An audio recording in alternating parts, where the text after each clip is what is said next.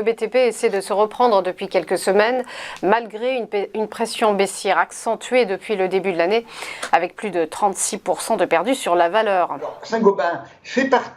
est une des actions du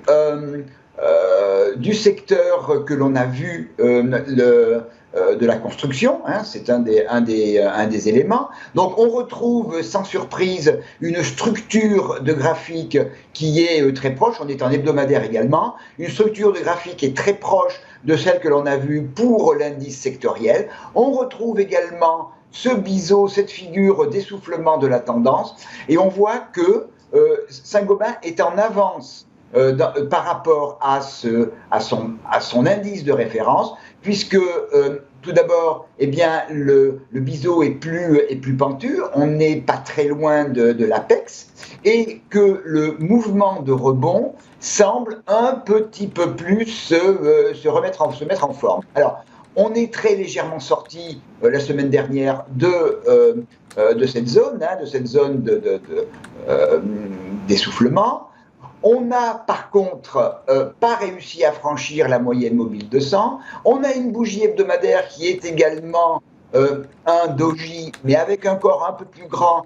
une bougie verte, mais on a toujours cette mèche importante et il faudra véritablement franchir dans un premier temps 40,97 €, mais surtout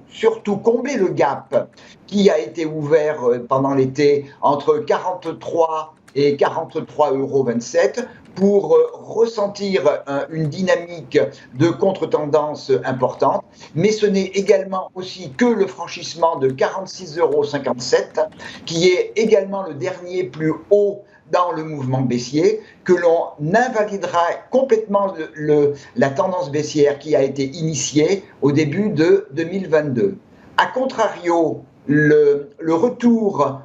en dessous du niveau de polarité à 37,56 €,